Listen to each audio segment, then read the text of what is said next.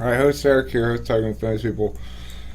There's talk about how YouTube works, and in particular, I was interested to hear that it's it it it slopes, like it gets easier to grow the more you grow up to a point, and then it levels off depending on the nature of the thing you're doing, right? Like so, there's only certain audiences that are going to be interested in abstract intellectual chit chat like this, probably, and so I'd have a ceiling at a certain point. But what goes along kind of with what you're saying is this idea. I've also heard that when you get to 1,000 subscribers, that there's a burst you get that's proportional to the number of videos you have. Have you heard about that? No, I haven't actually. How does it work and why does it happen? I haven't gotten any explanation about how it works from the internet, but I ran it by some people, and Corey suggested that probably it represents improvement in your Google search results for your videos. Yeah, that sounds. I was thinking that as soon as you said that. I'll do some research if you want, and maybe we can make another video about it in more detail. But yeah, I actually quite like the mathematics of it. And a lot of it is determined by algorithms based on Google and YouTube itself. But another part of it is human psychology, is seeing the herding effect, where people, they see that more people like it in relative to the other channels, and they're like, well, these guys know what they're talking about, or there's something good here, so they're more likely to look at the channel and subscribe. Yeah, I've noticed that effect with me too, because I ended up figuring out about this channel and finding out about Eric and all his stuff because I originally watched Chad Crandall's videos with MBTV, but I noticed that they sort of collaborated with talking with famous people, not on just one, but on multiple occasions, which sort of interested me. Like, it seemed like they kept coming back for more, so... It's interesting because they both harbor slightly different methodologies to describing the functions and all the other information. So if you see a collaboration between the two, you've got to see sort of their rhetoric together, which I think is quite interesting. Well, I mean, my experience talking with Chad is that we mostly don't talk about cognitive function stuff. I mean, the funny thing about that is the whole reason we ended up collaborating is because I made a mean video that made fun of one of Chad's videos. So, and it was just an impulse, right? I don't know why I did that, right? He made this video that was like advice for ENTPs or advice for NTPs or something like that. And I made a video that was like, thanks, Chad. Thanks a lot for your great advice, Chad. It's fucking brilliant, dude. Oh, really? Win-win, you say, huh? It was really mean, and I regretted it.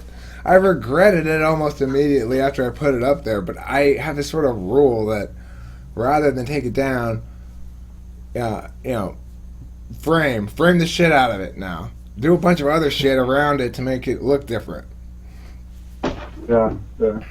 Anyway, he came on eventually, and we chatted. I think it was partially to respond to that, and partially just to show that he was not. I don't know. He was the bigger man or something. I don't know.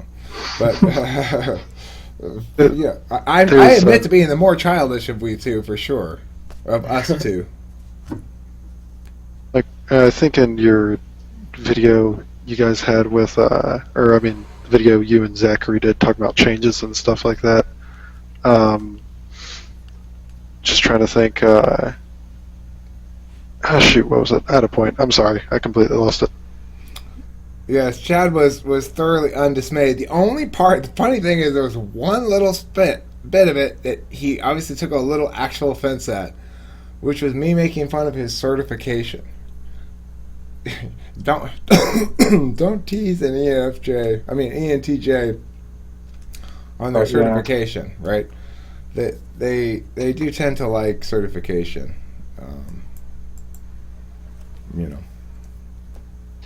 Yeah, going back to the rate of increase. What was I going to say?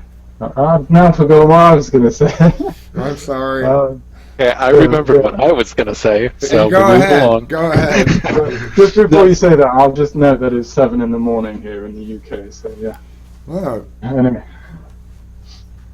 go Okay. ahead, Kent. Someone want to say something? No, that's say.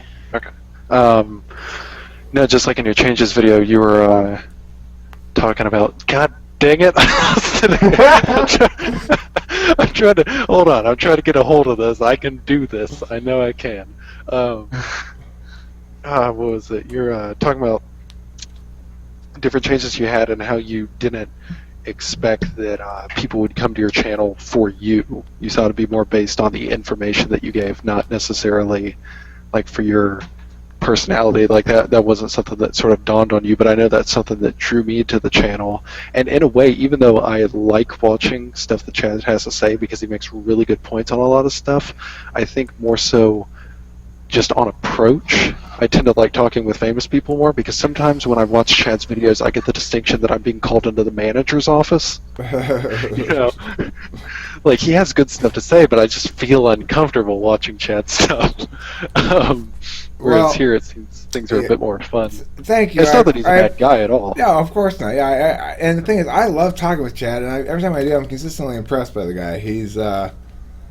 He seems to have a genuinely good vision for what he wants to do in life, and to have a clear vision. Unlike me, I've got lots of little ideas that sound fun, you know. But I respect what he seems to have found a path that provides him a sense of purpose that's also very helpful to other people. And I like his politics, so I mean we agree on politics stuff, and that always helps. And his metaphysics in general, it seems right on the money to me. He does display somewhat as an ENTJ, and that will maybe sometimes come across as being called into the manager's office. I like that metaphor there a lot. Necro, were you going to say something? I forgot. Yeah, I forgot. Fuck. Barry, have you... Claudia, I don't know what Periscope is. I don't think. Is it... What is it? Oh, Go ahead, I Necro. remember. Okay. Have you tried like MBTI forums and Reddit and stuff like related to MBTI as for promoting your channel? Like for example, in the ENTP Reddit, you could put like your video and perhaps people like see it and like put it. You go to the front page and then you get a lot of exposure from there. Have you tried those strategies? Well, one thing I did a couple of, which is kind of like that, is I went to Quora and I found a Quora question and I made a video with an answer to that and put that up as an answer on Quora. But I'm pretty bad about doing those kind of tasks in general. I'm pretty bad about that.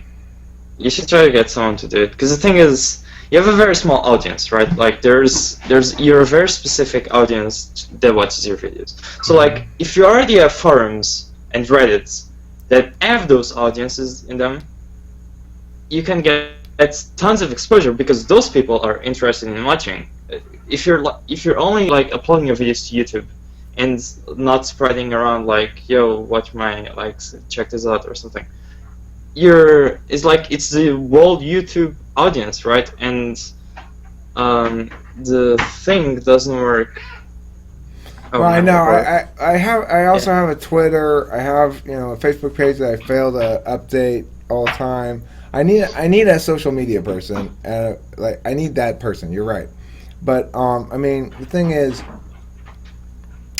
I need talking to famous people to be able to support that person by itself. Especially this year, but my debate business, because I went through two unexpected partner changes at the end of last year, and then I tried this new partner, and they just didn't do anything all summer long, and so I had to make a last-minute switch to this other new partner, and it probably hurt my numbers pretty substantially.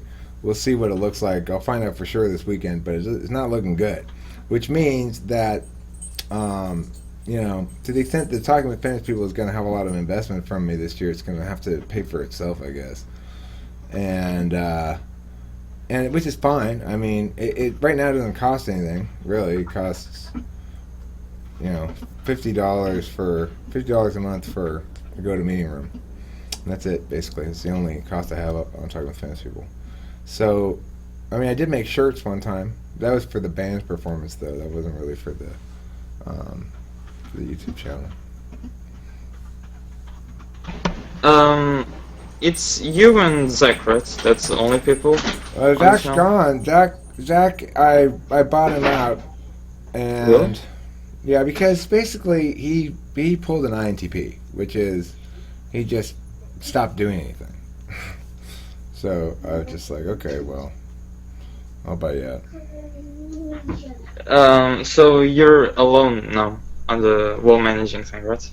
Yeah, I think you should try to. I've got you Tiffany as a should- partner on the web page. I've got Tiffany as a partner on the web page. Make it. I've got an idea. Make it an open business where anyone can invest and anyone can take up the roles for free or something like that. Some nice. That's ideal. I don't have any clear ideas. I'm just sort of waiting till 1,000 subscribers and seeing what happens. Seeing if I get this math thing. If I do this, some math stuff happens, then it suddenly starts bringing in a couple grand a month, then fantastic, fantastic. Now I can hire somebody maybe to put in some time remotely on doing some shit that I just can't get around to doing and stuff like that. Have you got any merch? Have you got any merch? I do have stuff I want to sell, and I've got Tiffany dealing with the web page aspect of things. Particularly what I want to sell first, I've got 2 albums that I'd like to sell downloads of, and I've got a PDF of a novel. I don't know if either of those things are going to sell, but the reason I would like to sell those first is they don't involve any shipping, right? Let me just say this: they probably won't, but it's a nice idea. Well, it depends how much traffic there is. I mean, the thing is, it also depends on how I frame it on the web page, right? There's different ways of selling things. And it depends also how much attention I bring to it during the videos. I think I'm not going to put up too much. I don't want to be like all selly and shit. But and it depends how I frame buying it too. So you've got a Patreon page. Could be that, yeah. The thing is, I have physical objects to sell too. Yeah, I have talkingwithfamouspeople.com. And Kitty, dog, get down. You're always tricking me. Maybe you could set up some like an ability for people to make an open model of how it might work. I don't know. I would certainly do that just for the novelty of letting people come up with their own designs for your business. Yeah, prospects would be nice.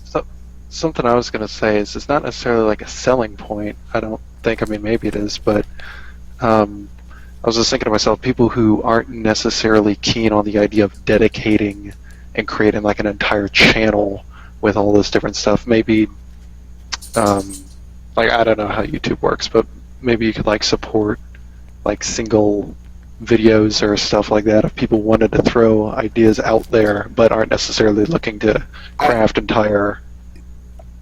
Yes, this is one of my long-time ideas. Is what I want to do is that basically say, hey, I want you to have a chance to show your video without having to, like, I want to make a video, but I don't really want to have a channel, and I want to make sure that somebody actually sees it. This is a tricky thing to balance as a gatekeeper kind of a capacity. This is why I said originally that I wanted those videos. I would love people to put those videos up, but then I'd want them to either be interviews, that they interview someone in their life, and that I'd ask them to use the same naming protocols would be the only real stipulation.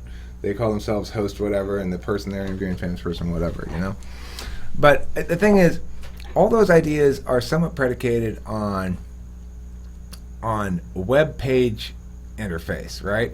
So I am talking with Toast Tiffany, who's my web page person, and hopefully we'll get all that web page shit straightened away. But even if we do, I don't really know exactly how it's going to play out. He's supposed to give me some ideas. I pushed it back a couple of days. He was supposed to talk to me the other day, but I was like, I don't have any enthusiasm because I'm out of Adderall. So wait till after I get some more. So we'll probably talk in the next couple of days, I would guess. But yeah, I don't really have a clear idea. What I'm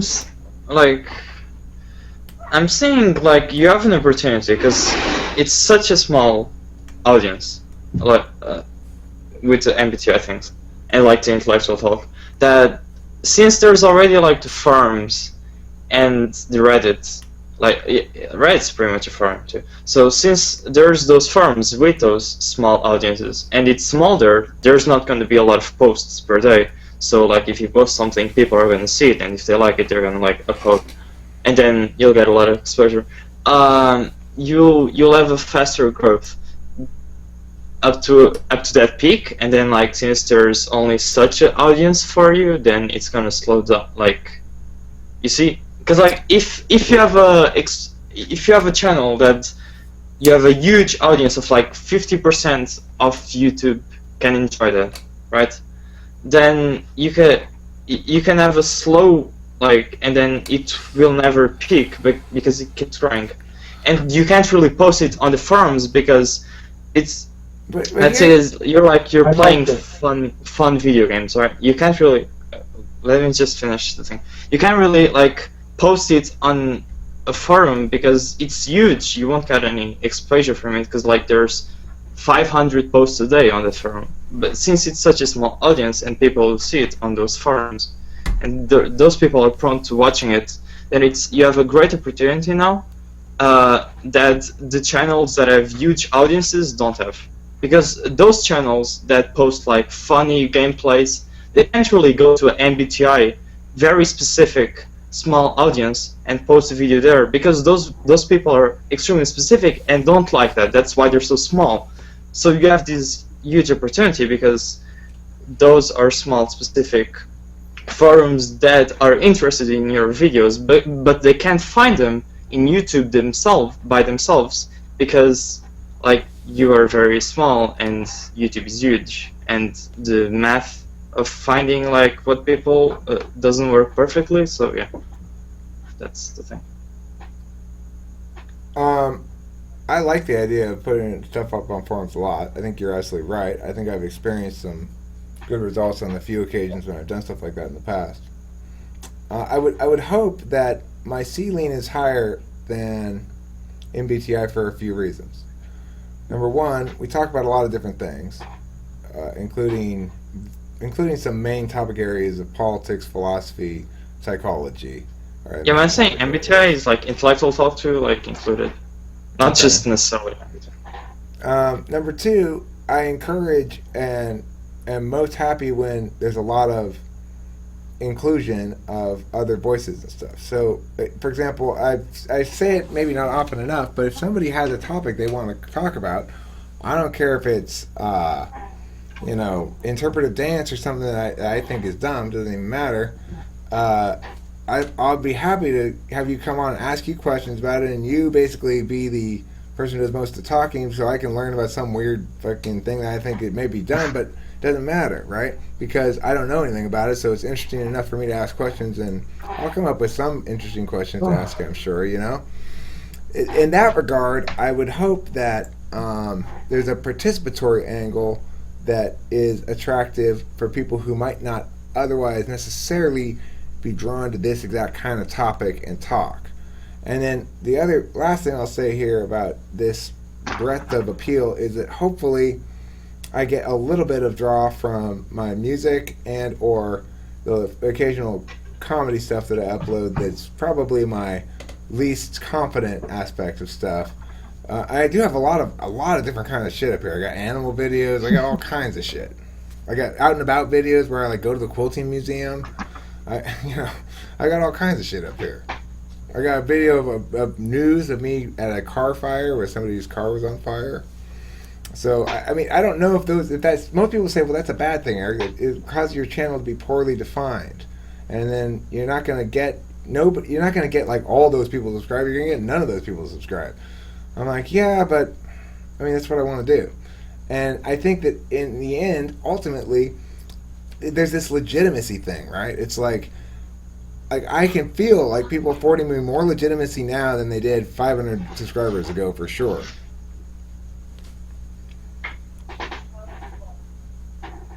Have you got any more refined videos of the hard science connecting it to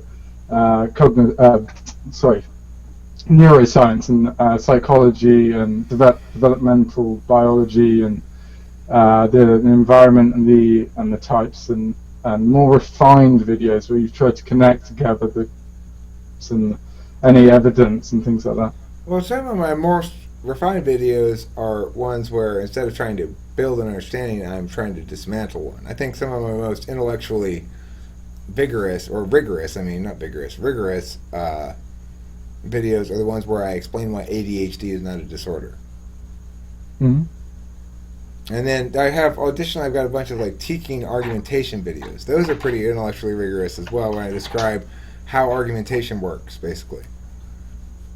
And then I've got videos where I'm giving lectures on topic areas to students, debaters, which are perfectly good for adults because that's the level we work at, you know. Have you ever considered doing almost a guide from, for somebody who's literally never heard of it, but also tailoring it to their type as a guide of learning it also? So kind of, saying for the INTP, like, here's some neuroscience, here's some basic psychology, and then we come in with a theory that's based on this thing. And then we look at Jung, and it's kind of a path of actually really understanding it. So see, this is an INTP fixation, okay? Every INTP thinks somehow the notion of Jungian cognitive functions is stronger because of Dr. Dario Nardi and his brain scan research. Who the fuck cares? It's not that. It doesn't matter. Like the evidence is irrelevant. I'm not saying that. But I'm trying to elucidate some actual knowledge when I'm doing this. See, you think, and INTPs think this. They think that because you've got some fucking brain scans that apparently sort of confirm some of these Jungian typology notions, that it's a more solid theory. That's not where this theory gets its solidity from. Right, so where does it get it from? Okay, hold on. Go ahead. Let's go. I was going to say before this sort of devolves more, well, maybe not devolve, maybe it would have... It's just evolving, okay? It's neither D nor E. It's just it's just roundabout, just sort of generic evolving. It's what's going on here. But no, the thing is, some of what you're talking about, it starts to develop what might be the issue of trying to craft the channel into being this sort of channel that covers everything and covers every topic of everything MBTI related, which, I mean, there's already channels that have their own, niches. I think, Michael Pierce, for example, he gets pretty in-depth into stuff, and he has some pretty good videos explaining different things about the cognitive functions, but I mean... But it's not tailored, is it? What I'm saying is, we were talking about ideas to improve his viewership, and, these are just possibilities. But what no one has actually done is try to tailor, like written for the type, the area or the quadrant, whatever. But no one's actually done that, and I'm wondering if it would be quite useful, and also maybe it could be used to verify types as well. But anyway, that's just a side thought. It would certainly be extensive and require a lot of work. I'm not saying it couldn't be done, but I'm just saying it's definitely a long game, sort of. Yes. Another thing I need is an editor, right? Because I've got a bunch of writings about MBTI, among other things, and they're in that readings folder mostly, or a lot of them are anyway, and but they're not compiled into anything. That's why I need somebody to come and like compile writings into something like a single unit of a book or something, right? Because I have been writing for years and years and years, and this time when I write those things like INFP, and it's kind of like this is how you are and how you actualize or whatever. I mean, oh my God, I couldn't believe the experience of getting people to listen to my writing and give me feedback about my writing and say you're a good writer and stuff like that. It's shocking because I have spent years writing and nobody's ever cared at all. about anything. That's how it is, though. You know, that's how it is. I mean, but do you understand how gratifying that is for somebody who's been doing that for years, for nothing, for not even like a comment on my blog or whatever, like just nothing, just writing for myself because nobody cares, and just to have just internalized that to the core of my being. And then, I think that's your extrovert feeling. I think as long as the theory, whatever I was writing, it'd probably be a theory. Like, as long as it's good for myself, I know that your goal, I guess it's out of context, so your goal was to reach some people with your writing, but mine wouldn't be so much, to be honest. yeah, I know you wouldn't be, but that's because you don't have Effie in the third slot. That's where I get my reward from, you know. For you, it's fine if it's an excellent theory and it's nice and sound. You can sit there with it in your head and just sort of admire its glory or whatever. Yeah. Like a solipsist. It's not good enough for me. I'm sorry. If somebody's not saying "Good job, Eric," then I'm feeling like it's pointless. Yeah, I think INTPs are very big solipsists in that regard. Like, I have a huge theory in metaphysics, like like kind of explaining. I don't know how to word it, like in English, neither in Portuguese, but I word it better in Portuguese. I don't know if you should say defining or explaining, because it's not really explaining, because metaphysics, right? It's like, well, suggesting, whatever. In like equations where I'm defining existence and a lot of other stuff. It's really complex. But I've only told that theory to like 3 or 4 friends. Just because, like, You want to perfect first, it's really complex. You can't really say it like in a chit chat. You know, it takes like 6 to 7 hours to explaining it. Like, I'm being serious. Actually, I'm being legit serious. Necro, listen, hey, what I'm in the mood for right now is a 6 to 7 hour long explanation. You got anything for me? As a matter of fact. Yeah, like, the fact that it takes like 6 to 7 hours to explain it, it's probably one of the reasons why I've only explained it to 3 or 4 people. But I don't really like, as long as I have it on my mind, I don't actually like care that much. Like, if Sorry. yeah, no, I'm pretty much finished. Like, If I were you, like, I probably wouldn't. I couldn't find anyone to listen to me for that long. But what I would do is make every now and then I'd make some reference to it, or like say, oh, look at that observation there. That follows this theory that I've got. I'd probably just annoy the hell out of people just mentioning the idea every now and then. It's a very engaging theory because it makes like logical sense. Because I assume some things as true. For example, for my theory, I have to assume that there is no free will, right? And I have to assume radical determinism as an axiom, like as an absolute truth that cannot be denied. And radical determinism says that humans behave in a cause-effect, and every action, has a cause to it. I assume some things as truth, and with those truths, I can make logical conclusions. And then the thing about it is it splits into a lot of different kind of like explanations of the universe, or not universe, it's more like your singular existence. So it splits into a lot of theories, you know, because like you can't have one absolute answer for it. So what you're explaining is, I would explain what you're explaining is exactly how you are explaining it. But I must admit I don't know much about the topic. If you actually want to talk about that topic, I understand quite a lot about it, but not enough to talk about it. But what if individual will is a necessary precondition for the emergent phenomenon of chaotic systems? What does at least individual agency, responsiveness for chaotic systems agents? What does individual agency mean? It means the taking of action by. It's an agent is both an object and a producer of time objects, a creator and an object at the same time, namely a human being or an animal or something like that, right? So, we distinguish between that which has agency, like the wind or lava or something like that, that acts on its own, and that which has no agency. Do you think that that's a fair distinction to make? I didn't fully understood it. Well, Because I mean, look. probably because I don't understand like most of the language, I have to like process it. So if you could like repeat first. Okay, sure. So a rock is different than the wind because the wind is a force that acts upon things independently. It takes independent action, right? That it doesn't. It's for the rock to move. It needs to be acted upon.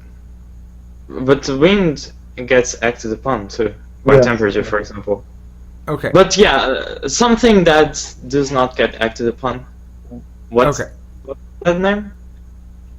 Agency. Agency is something that doesn't get acted upon. Yeah, agency is the ability to take independent action. Now, it's questionable if you want to call a wind or a lava flow independent agency or Yeah. that. But normally when we talk about agents and agency, we're talking about living things, specifically non-plants, animals, and insects and humans. Is agency a proven truth, or like is anything like? Well, I think it's fair to say that we can descriptively distinguish between agents and non-agents in a way that is consistent with a reality in which we were describing a meaningful difference. Namely, one takes action and one does not. No, I disagree because nothing can act independently of anything else. But hey, I didn't say independent this time. I just said action. One takes action and one does not. So agency is what? The ability to Doesn't- take action. The ability to take action. And taking action means acting with independently, or It just means doing rather than not doing. So a rock has no agency. Left unmolested, it will retain it will remain where it is, and it will continue for our apparent purposes. No, but it is being acted upon. It's being acted upon by forces from the ground on which it lies on. Is it just floating in nothing? This rock. in a macro level, it might not be acting, but in a micro. Yeah, it is. Yeah. It's always everything's acting on everything, unless there is nothing. In which case you can't say anything. Okay, well let's move out of physical space then. Let's talk about time space. So, do we agree that a song exists called Jingle Bells? Yes. Yeah, it does. Okay.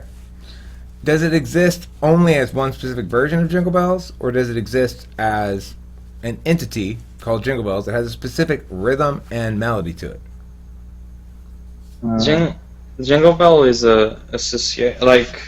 it's an association of patterns. I think you recognize this, for example, someone is singing the Jingle Bell, right? And you say, "Oh, yeah, that's Jingle Bell," because you have in your mind the association of the Jingle Bell, Jingle But Bell. hold on. It's a lot more specific than that. It doesn't matter if you sing it slow or fast. It doesn't matter if you even sing the words. That's to you, though, Eric. That's to you, not to actually what it's defined as. That's you interpret that. That comes from you. But hold on. It's a conjunction of patterns. Hold on though. We will all agree on something. I'm not saying you guys want to make this weird distinction between objective and subjective or something like that that's defining things. But I want us all to just say what we all agree on. We all agree on that if I sang Jingle Bells, Jingle Bells, that would be the wrong melody. Yeah.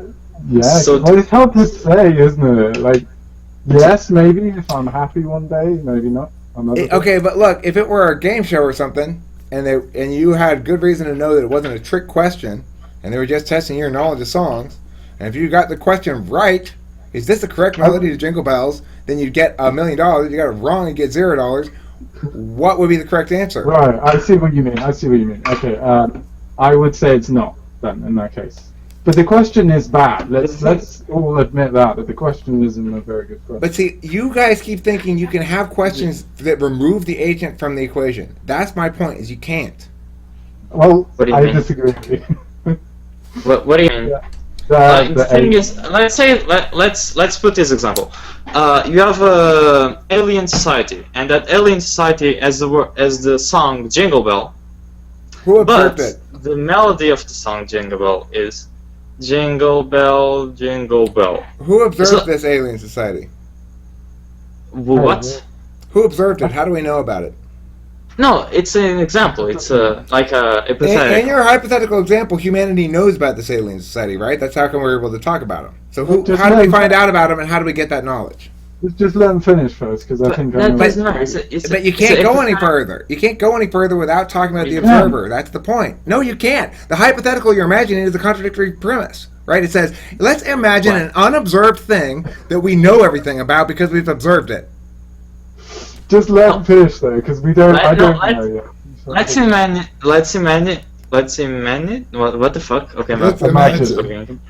Let's imagine. Okay, a world that has like Earth, right? And then in Mars there's a society. There's an alien society. So it's not our humanity. It's an humanity exactly like kind of like ours, similar. Yeah. But since they have observed Mars and they saw the aliens, from there on it's different. So it can't be the exact same. So you have observed it, right? Like that. Okay. That humanity has observed it. So that Okay. problem is. Okay, So, yeah. fine. Solve the observation problem. Go on. So you have, and that alien comes to your contest, the question where like the Jingle Bell thing, Yeah. right? And then you have the human and the alien, and they play the song Jingle Bell, Jingle Bell, right? And then one says it's wrong and one says it's right. Yeah. And There's two different songs. It's two different songs. What do you It mean? has the same name. One's called Alien There's two Jingle Bells. It different has a brands. different melody. It's a different song. And then Yeah, and, but and so you can the- learn them both. hold You on. can learn them Hold on, both. hang on a second. Right? Wait, it has, wait, it has a wait. distinct melody. It has a distinct melody. Yes? I There's could two learn it. two algorithms Hey, in can the I- brain. Can I interject something here? Sure. Can I interject Yes. something here? Let's say that I've hypothetically discovered another alien civilization that when they take a shit, it sounds like jingle bells. Does that mean that when it shits, it's singing jingle bells? It means that when it shits, the sound it makes is identical to the song Jingle Bells. Right, I'm agreeing with you. They're two different songs, and one of them's not even a song. It's something taking a shit. Right, but it doesn't matter. That It's still doesn't Jingle matter. Bells. If that's the sound it makes, you know, go. Just the sound. Oh, it feels so good. Yeah. Yeah. Okay. So the point is, I think, is that I think it's subjective because the alien and the human, they both in their brains. If you could simulate them in a computer, they both have algorithms for deciding if something is, and that is why it's subjective, and that is why he brought up the point of the alien. It's to say that there is basically it's subjective. But what's subjective? The question is: What this question? Jingle Bell, Jingle Bell, Jingle Bell? Is this the right melody for Jingle Bell? Okay, is this a pack of cigarettes? That Is was this the a pack question. of cigarettes? Let me. In my brain says yes. Is this more objectively a pack of cigarettes Well, than the melody of Jingle Bells is the- objectively Jingle Bells? I can't The say. I don't. I think it might be if you make an objective structure for it, like it has this volume, it has these things imprinted. But the thing is, then you No, could have a but- different pack of cigarettes. So yeah, it's subjective. It's not more objective. Yeah, it is. Eric, You do you just not think look. about it? Then that's a meaningless distinction. You guys aren't making a meaningful distinction then. If an object in the world isn't objective, then the distinction you're making between objective and subjective is meaningless. No, because it's the You'll have subjective to- in it. It's practical. It's an object in the That's fucking why you world. don't- How much more objective can it Look, get? It's a look. Language is created to facilitate interactions, right? So of course, language is not objective, and like Yeah, that's right. some they aren't objective. They're subjective, but they're practical. That's why you use them. You don't. Look, You don't. Guys, here's the thing. It's very simple. It doesn't make it subjective or less objectively true that we do agree on certain meanings of words, that words' meanings are determined by that which they are not. Okay, primarily. Yes. So this is We have not similar- anything. This is not anything but a pack of cigarettes. Therefore, it is one. That's as good as we're going to get as far as logical certainty with something. Now, the logical certainty of something does require us to agree on the meaning of most words, and sometimes there is confusion here. That mushiness does not make the whole thing subjective. It makes the whole thing agency bound, which means you cannot understand truth functions, for example, of a statement without interpreting the intention of the agent, because most of the language we speak is metaphor. What's truth functions? The truth value, I'm sorry, I should have said truth value. I said truth function, I think. The truth value of a statement is, if I say, for example, I have in my hand a lighter, and I have in my hand a cigarette. This is a statement that's connected by the word and, okay? For it to be true, I both have to have a lighter in my hand and I have to have a cigarette in my hand. If I just have this, if I say I have in my hands a lighter and a cigarette, in this case it's not true because of the statement connective. Now you'll point out that this is a truth carrier, truth bearer relationship. And I'm saying, well, we're going to reference reality to see if it's true.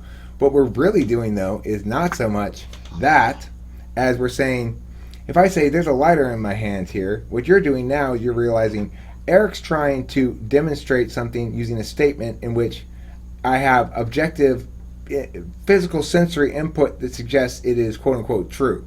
And he's using this example for that purpose. And you're going through all that sort of thinking, right? It's not really about me saying I have a lighter in my hand. I have no reason to tell you I have a lighter in my hand. You can't imagine statements in which one doesn't have some intent purpose on making the statement, whether no matter how removed the language we try to use is. And so the reason why I'm saying I have a lighter in my hand matters more than whether I actually have it in a hand. So if I'm saying I have a lighter and a cigarette in my hand right now, I'm not lying to you. I'm using the fact that this is in contrast with your objective experience of it, with your subjective experience of the sensory input, that I'm using that as an example for something. I'm not trying to fool you. Oh, you said you had a cigarette in your hand, Eric. Why were you trying to lie to us like that? You're not going to say that. It's obvious I'm not using the statement for that purpose, right? So that's why I'm saying to understand the truth value of any statement, you have to understand the intention of an agent. And that's why notions that somehow we are non-deterministic, that we are fundamentally deterministic, break down, because it undermines the ability to understand truth value, upon which the truth of your statement is predicated. I'm slightly confused, to be honest. I haven't read anything on this topic before, so to be honest, I'm losing you every now and then with your terminology. Sorry. Yeah, were you gonna say something? No. And just do it. Okay. All right. Yeah, I'm having a little bit of difficulty following some of the heavier TI stuff going on here, but I guess sort of veering off from that, I'm wondering if the distinctions that we're running up against is an issue of we have what we consider objective and we have what we consider subjective. We have what we consider perceptions. We have what we consider judgments. I think, going back to the original thing you had sort of brought up, talking about like free will and determinism and things like that, we have what we can perceive and what we can judge, and then there's things that we do not know. We can try to extrapolate and whatnot, talking about things, whether it's about potentially another dimension that we have no concrete evidence for, or things like that. I guess I'm more interested in the idea of, like, if a human mind is brought to view something that's inherently voidal, like there's no sensory or information or judgments to be had, then I think there's more of a tendency to turn back on what we know. I don't know if I'm making sense. I don't know if this is connected necessarily to what you guys were talking about, but I feel like Well, There was I think I know what you mean. Yeah. I think I know. anybody else have any reflections on what he just said or what I just said before that, or other thoughts? Well, I think that for the purposes of everyday life, it is, at the end of the day, irrelevant whether or not we have free will or we are deterministic, because it really depends upon your frame of mind. To draw an example here, I had a friend who believed that he had no control over what he did. You know, he was some scientist guy, he had a lot of mental issues, and he had a lot of problems that he felt he was powerless to do anything against. Like, believing that he did not have free will caused the effect of him being resigned to his fate, unable to control himself. But I gave him the FD speech, but I gave him the FD speech, and he decided that he was going to believe that he had free will. So right. He's misinterpreting the actual logical implication of what no free will actually means, because it doesn't mean that you're stuck to what you're going to do. It doesn't mean that you should give up on what you are. He just had a lot of problems. Yeah, he's been far too subjective with his meaning of it. But why shouldn't it mean that? You were predetermined to give up anyway. Well, I think the human brain has a tendency. I mean, maybe it doesn't have a tendency. I guess to me, the point of when you hit something that's imperceivable, like not having free will or stuff like that, it almost creates a sort of void in the mind of having to make decisions. Oh, I'm just going with this because that's just what was meant to happen.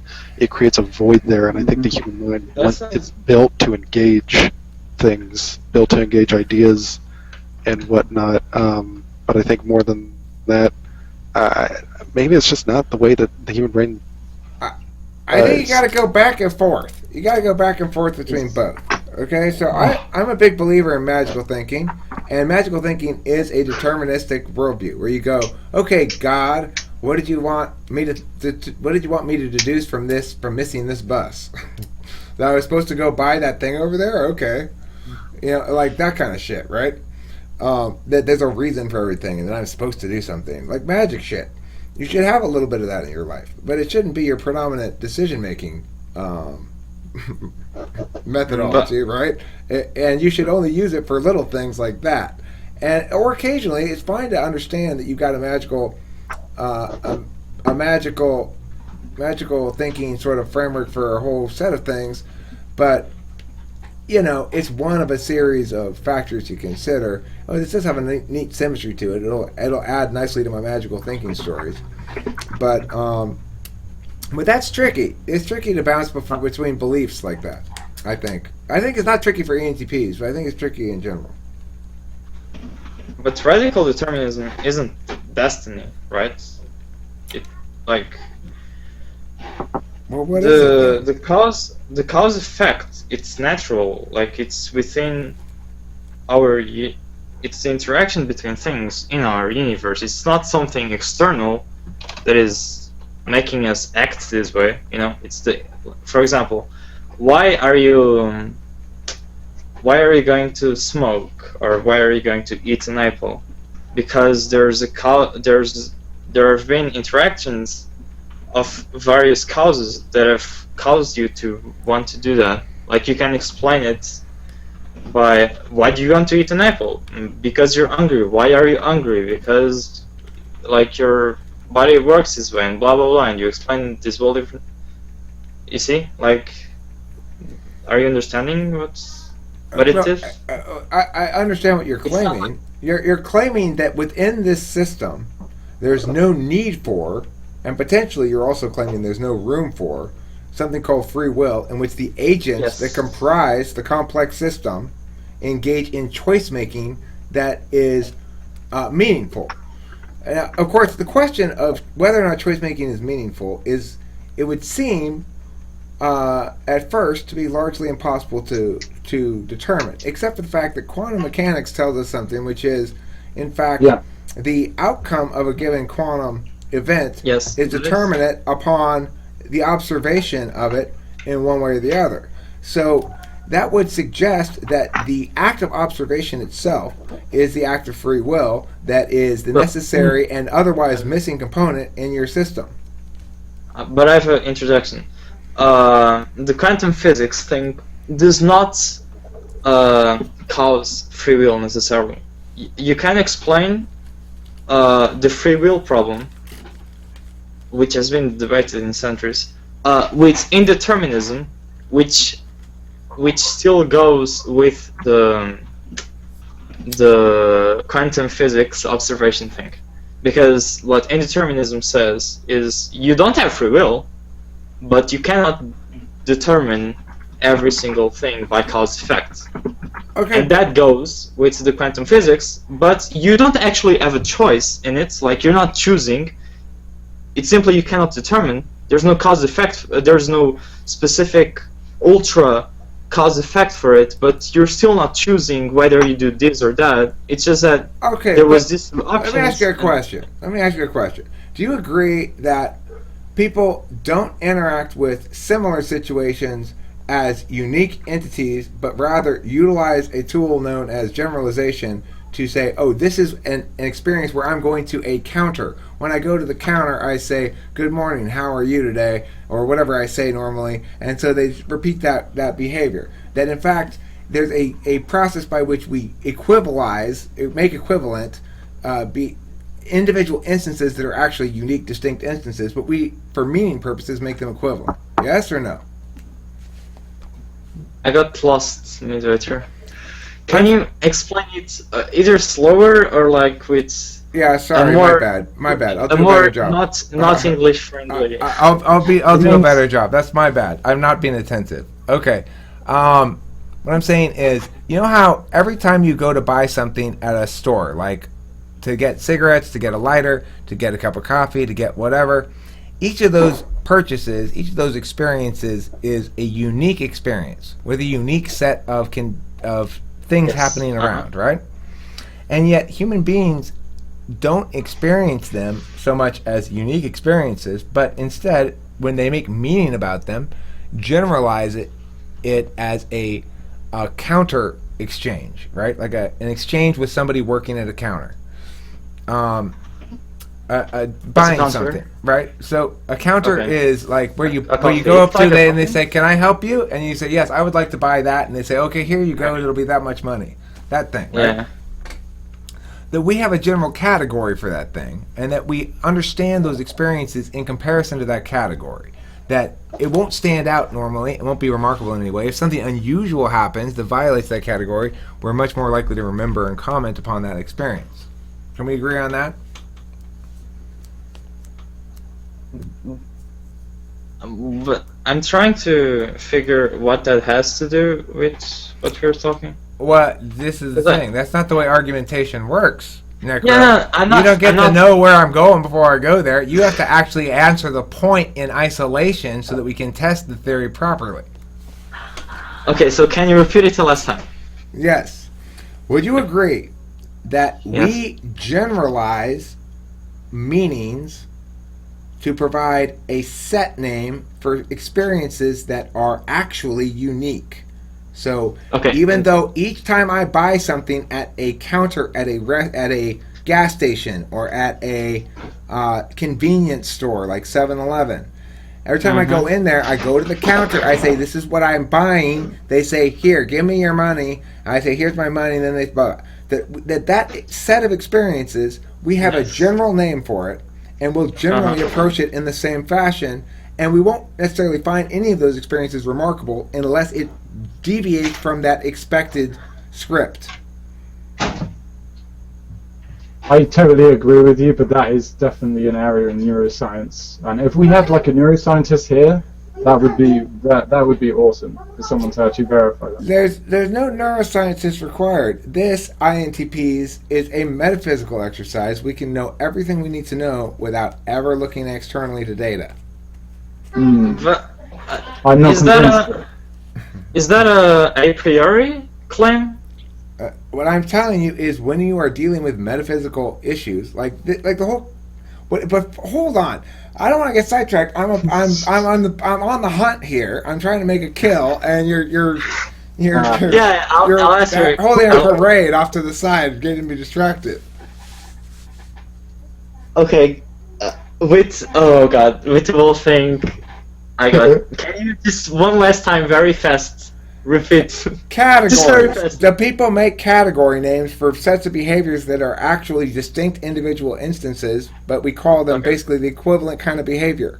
Yes, The same. but yes, but the impact that those set of experiences have in you is different because they are different. Even though you call them the same, Okay. they still have different impacts. Sure. Even if they are very minor impacts. Sure. Like, Understand. Do you agree that we are usually, for normal stuff like that, a habitual Wait, behavior?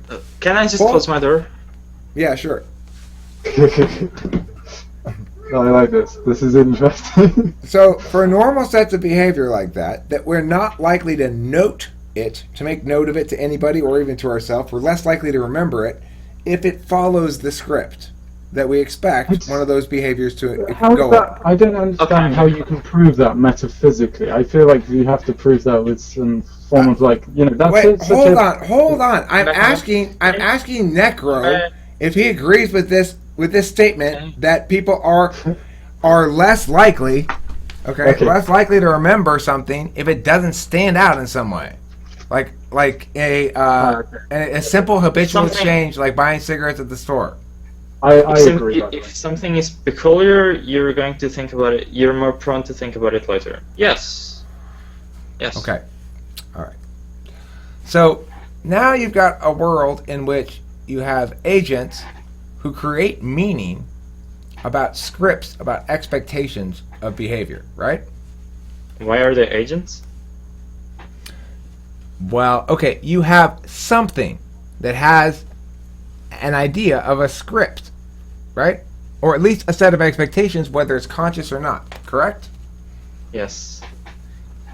For example, you expect someone to say good morning to you, right? That's what you mean by expectation. Well, yeah, for example, Okay. I expect to go and they say, hello, can I help you? And I say, yeah, can I get 2 packs of Marlboro Reds, please? Soft pack. And they go, sure, anything else?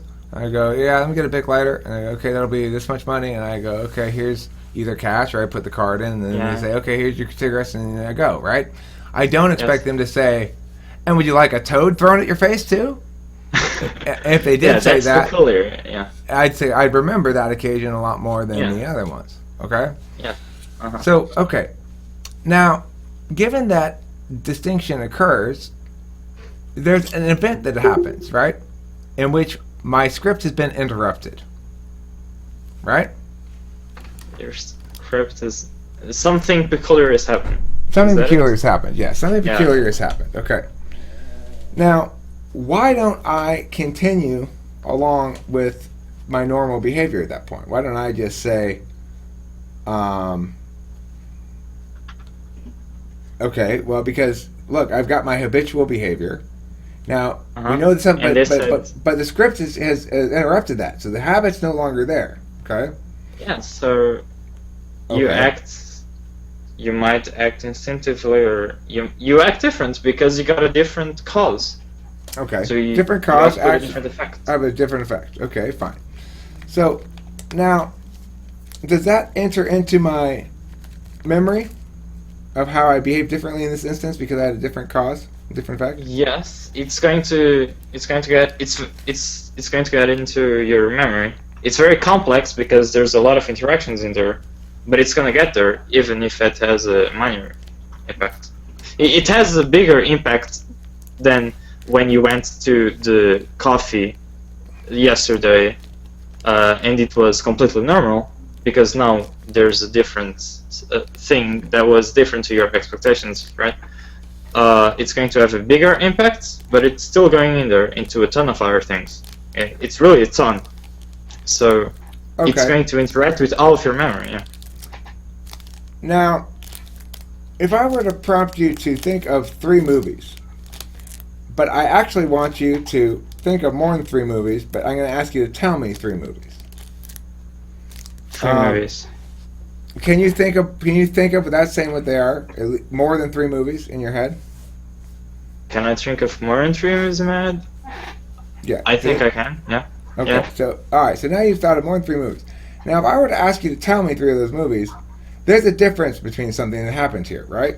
In the first instance, you had no decision, no ability to decide which movies you thought of. You didn't think, here's my possible thoughts of movies, now I'm going to decide which ones to think, because if you did that, you would already have thought them, right? So in that instance, it is clearly deterministic, right? Mm-hmm. Now, Yes. is that experience different from the decision to which 3 to say to me or not? And if it is the same, then explain the apparent difference. And if it is different, then explain why that difference isn't free will. Okay. It's not. Well, it's obviously different. Like in one you say think of 3 things, and in the other say 3 things. So it's obviously different. But The other one I say pick 3 things to say. yeah, pick 3 things to say, and the other is do you know 3 movies? So you call me Think to of 3 movies. Yeah, think of 3. Yeah. So it's different. It's like saying is X and Y different? Yes, they are different. Like 1 and 2. But in the sense that saying 3 movies is more Picking to say. What? Not saying. Yeah. Picking to say. Oh, picking to say. But not actually saying. Remember, I said think of more than 3 movies ultimately in your head, but you're going to pick 3 to say. Oh, but think of 4 and pick 3. Yeah, think of 4, pick 3 to say, Okay. but don't tell me what they are. Don't actually say them. Okay. Now, Is it different? Yes, because you take initiative in it. It's more complex. It's this. In one, your reaction, you're having a reaction to think through movies, so you think them, and in the second one, you're being proactive because you have the reaction of okay, I'm going to think about all these movies, and I'm going to have the proaction of choosing 3 movies. Isn't But- radical determinism say everything's reactive? How can I be proactive without having a free will? Yeah, that's okay. Yeah, let me. I was gonna clarify that. When the proactive is just it's a practical way. It's proactive. It's a complex reactive. It's still reactive, but it's so complex. Like it's so much interactions that you can't comprehend it in like you can't. Okay, like you're choosing those 3 movies because of a lot of interactions from your memory, from your past experiences, are causing you to. So how is that different from select thinking those of 3 3 movies? movies? So how is that different from thinking of 3? No, What it's you not- just it's described not- is thinking of 3 Not movies. thinking. They're both reactionary, but in practical terms, the second when you're thinking of saying, it's proactive, but it's not proactive. It's like I just said proactive to be practical, but it's reactive. It's just more complex. The reaction is more complex.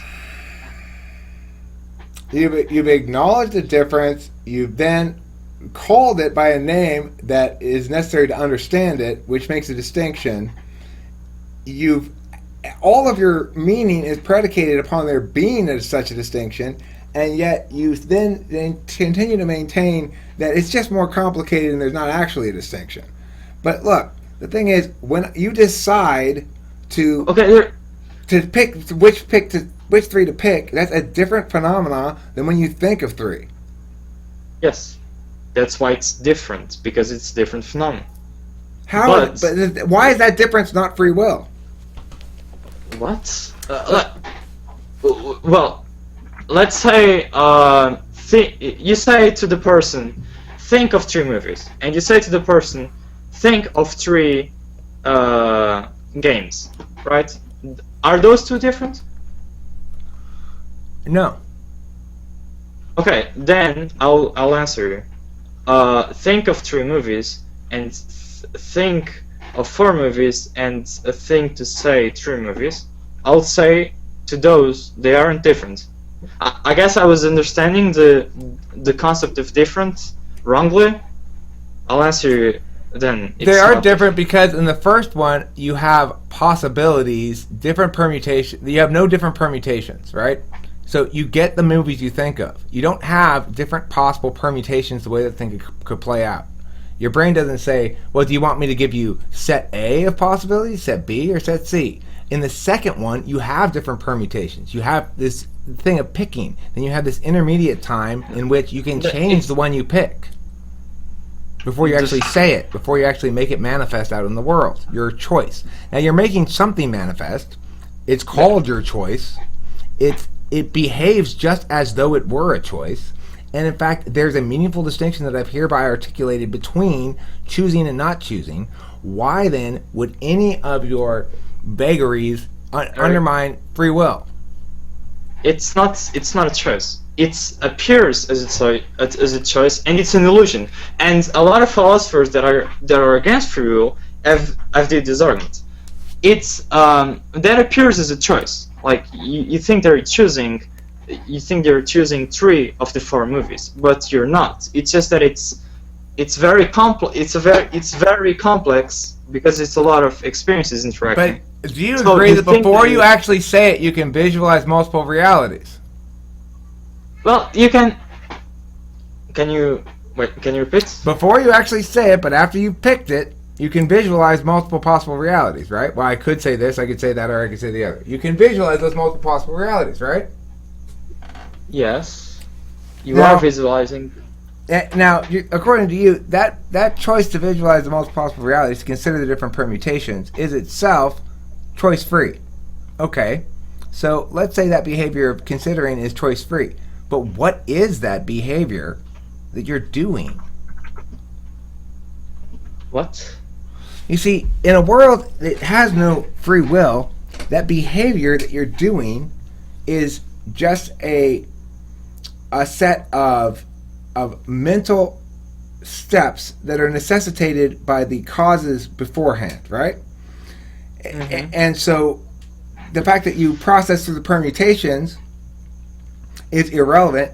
That you choose the one you choose is the one you chose because of a bunch of different factors coming into play, none of which necessitate your free will to make the choice. Okay? However, what that dodges is the very real distinction between the possibilities that you've projected out in your head. Now, we know that only one of those is manifest as real in actual reality in a world that allows us to only manifest one. Like, for example, in Photoshop, I can manifest multiple. So the point is this. Is it the fact necessarily that because we only manifest one possibility in reality, that there was ever only one possibility in reality in the first place? Okay, is an irrelevant question. The fact is, we engage in behavior that can only be described as choice making. It can't be described as anything else. And when you try to do so, you backpedal away from meaning into mush. The thing about it is, choosing is an illusion created by the set of interactions being so complex, and your experiences being it's so big, right? I've been living for 17 years. 17 years of experience in your memory, that's a lot. And those are all of them, or most of them, whatever, they're interacting to create that effect, right? It's 17 years of experience interacting to create that answer. So it's so complex because there's so much. If I said that same sentence, would it be true? What do you mean? About being 17 years old and spending 10 years doing yada yada yada. Would it still be true if I said the sentence? I don't know. Are you 17? No. Then if you're saying I'm not 17 and you make a claim I am 17 and you've said I'm not 17, then it's not true. Okay, right? but so what you're telling me then is the truth of it is entirely contingent upon whether or not I've made the claim that I'm not 17 in the same conversation that I've made the claim that I am 17? You have no history?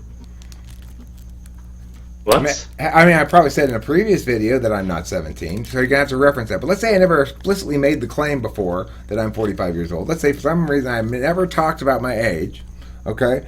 Now, I'm telling you now that I'm 17 and I spent 10 years doing this. Are you telling me that the truth value of that is contingent entirely upon whether or not it conflicts with previously made claims?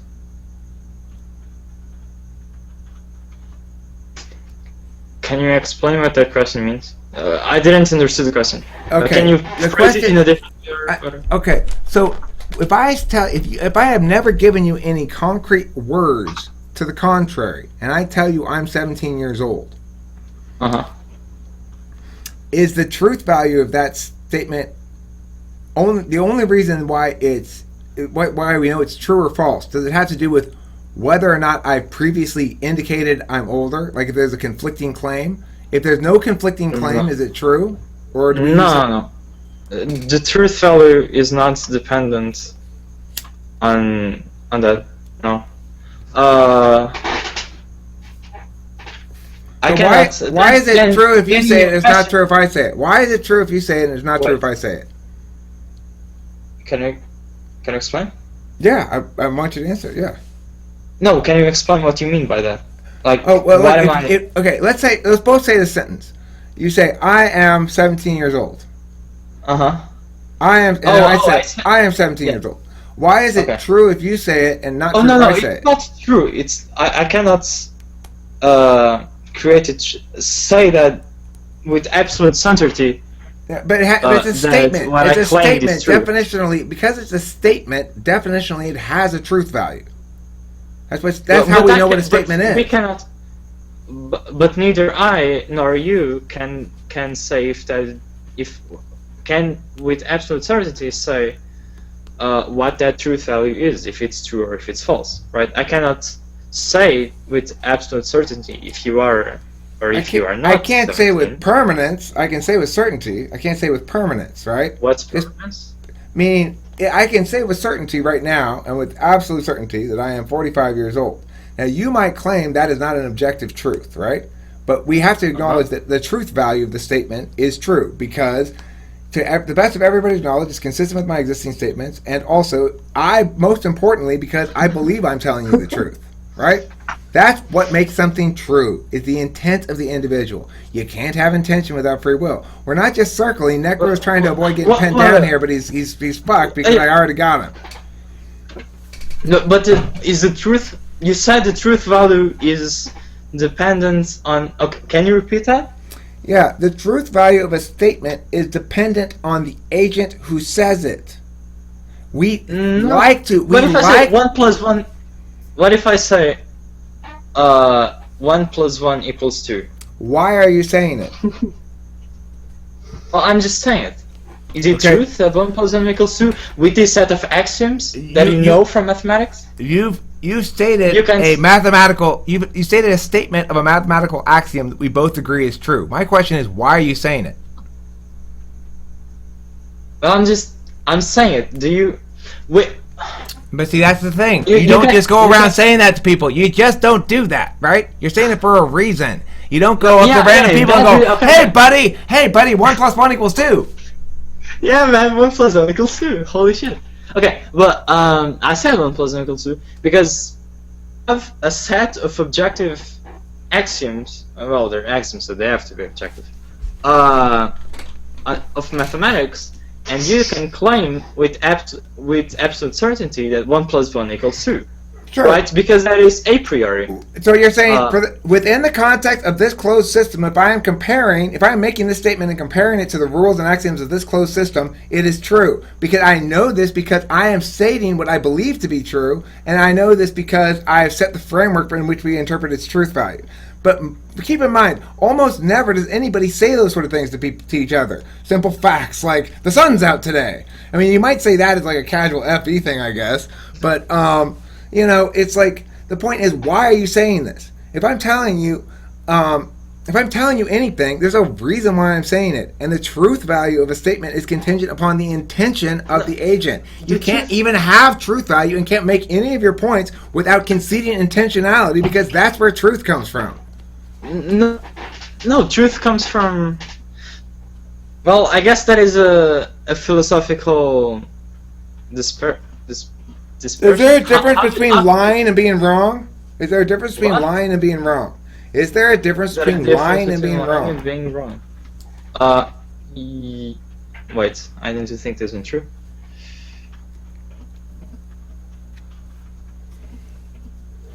Yes. What's the difference? So in lying, if you know that something, let's say that let's say that the individual is 18 years old, right? But he wants to pay a little bit less. So he says, I'm 17 years old. He's lying, right? Okay. But what if he's actually 17 years old? He thinks that he's 18 years old, and he's lying because he thinks that he's 18 years old. Well, he's both He's lying and 17 wrong. years old. He's both lying and wrong. He's a weird. What? He's a weird. He's both lying and wrong in that instance. Well, no, because if he's saying I'm 17 years old, and he's actually 17 years old, but he thinks that he's 18 years old, he's right when saying I am 17 years old. He's right, but he doesn't know that he's right. He doesn't know the truth. He's That- trying to deceive, right? He's trying to He's deceive, trying to correct? deceive so he pays less money. So I'm Okay. saying, So is he intending to deceive?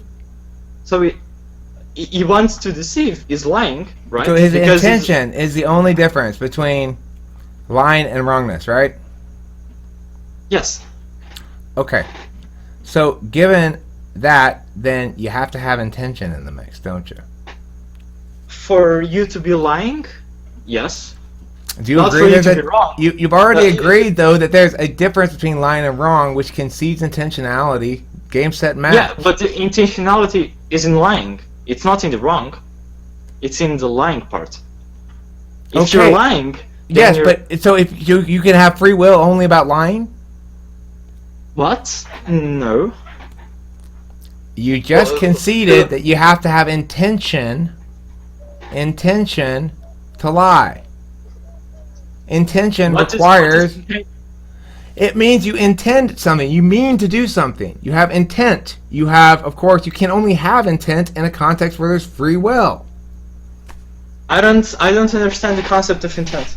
Intent means the difference between being wrong and lying, right? Is intent. Okay, And- then you have intent, right? You state you have intent. Uh-huh. Does animal have intent? A dog? Yeah. Does gravity have intent? No. Then it's agents have intent, isn't it? Because gravity can't lie, see? Yeah, but gravity can't talk, so it can't lie. You But can't a lie. dog can a dog lie?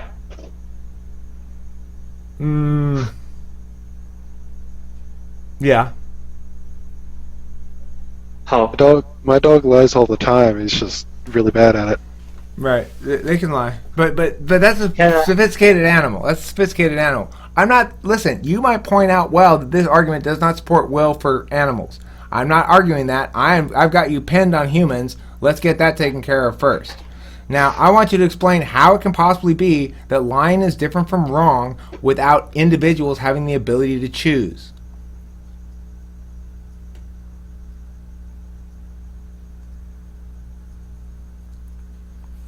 Can you please repeat it? I want you to explain English how is it's good. possible for lying to be different from wrongness if individuals don't have the capacity to choose, since intention, what you mean to do versus whether it was an accident or not, is the only Well- distinction that exists there. Well, you see, but lying is just like the Jingle Bell song. In absolute terms, you can't really determine it. So I think I want to give Being Nick wrong a or right? if I tell you I'm late because aliens came down and that's why I'm late, they got in my way or something, or I make up some more reasonable story. Let's say, oh, I'm late because there was a big accident on the freeway, and I know I'm telling a lie, and you actually check later and you see, in fact, there was no accident, and you could tell I was lying. I mean, are you saying those things aren't real? That it's not possible for me to intentionally mislead somebody? I'm not saying. I'm saying that you cannot, with absolute certainty. You had a word for it, right? Which is more absolute than absolute certainty. You said before something that was more absolute than absolute certainty, like something that you cannot. Well, look, the words. I'm either lying or I'm not. Okay, this is the problem you have.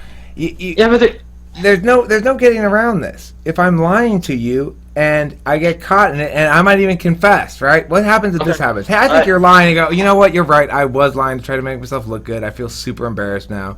I come clean. And to my opinion, I was lying. To your opinion, I was lying. The facts and evidence suggest I'm lying. You can't get any more objective than that about something that is non-physical. Now, you've already acknowledged there's a difference between being wrong and lying. So how is it possible then that I can lie without there being intent to lie, which necessitates free will? I'd like to give him a lifeline if possible. Yeah, I think please. it all goes back to why is the person intending to lie? I don't necessarily agree with radical determinism, but this is the thought process. Something has led this person to want to lie. There is a reason for them lying. Lying leads to something else. I think that's where determinism comes into play. Okay, but the fact that there's a difference between lying and telling the truth necessitates that an individual have that intention manifest. Now you're trying to say, well, that intention is manifest because of something else. But my point is, intention, to intend something, necessitates for the word to have any meaning, for there to actually be a difference between lying and telling the truth. It necessitates that there be more than one option, right? You can't have an intention to do X unless there's something that's not X. So basically, we're back to compatibility. What? Yes, you can. You can have an intention to do X if there's nothing besides X. Of course you can't. Of course you can't, because there's no intention. There's no intention necessary. Intending means. Okay, then you can't. Then you can't. If what you're claiming there is true, then you can't intend on something, and you can't lie, because if lie requires intent, and intent is impossible by what you just claimed. So you say you cannot lie. You cannot lie. Okay, well then why do we all act as though I can? What? According to you, then there's no reason to prefer anything you're saying over any other words. There is cause effect. There is, your brain is more prone to do something that it has done, and therefore it does it, and blah blah blah, and a lot of complex stuff. If I can't say intentionally wrong things, I can't say intentionally right things either. If I can't intentionally say wrong things, then I can't intentionally say right things. So there's no reason to evaluate the things you're saying according to the standard of rightness. There's no in radical. There's no morals. Morality and ethics. It defeats itself. Then it defeats itself. Why? Because is the world required to have morals? Because we agree that understanding the truth value necessitates that we accept intentionality as part of the thing. So that therefore it's impossible to evaluate the truth value of the statement you're saying, and therefore there's no reason to presume them true when my truth value statements do presume that they can be evaluated on truth, and therefore they should be weighted more heavily. Yours presume that they can't be evaluated on truth, therefore we shouldn't weight them as meaningful arguments. You have to talk more slowly when you. Oh, sorry, I forget. I go into debate mode. I'm in debate mode. I'm trying to win. I'm not trying to be good. You know, I'm not trying to be a good talker, like communicator. Eric, where is your chivalry? Yeah, you have to remember that I'm not good at English. So. Okay. Well, basically what I'm saying is I don't know. Who cares? Let's end this video. I don't fucking care one way or the other. Good game. Yeah, good game, Necro. Hey, you put up a really good fight, and I thought I had you pinned. I didn't actually have you fully pinned. You kind of squirmed out of there, so consider it a 15 round decision, right? It went the distance. There was no knockout. Congratulations.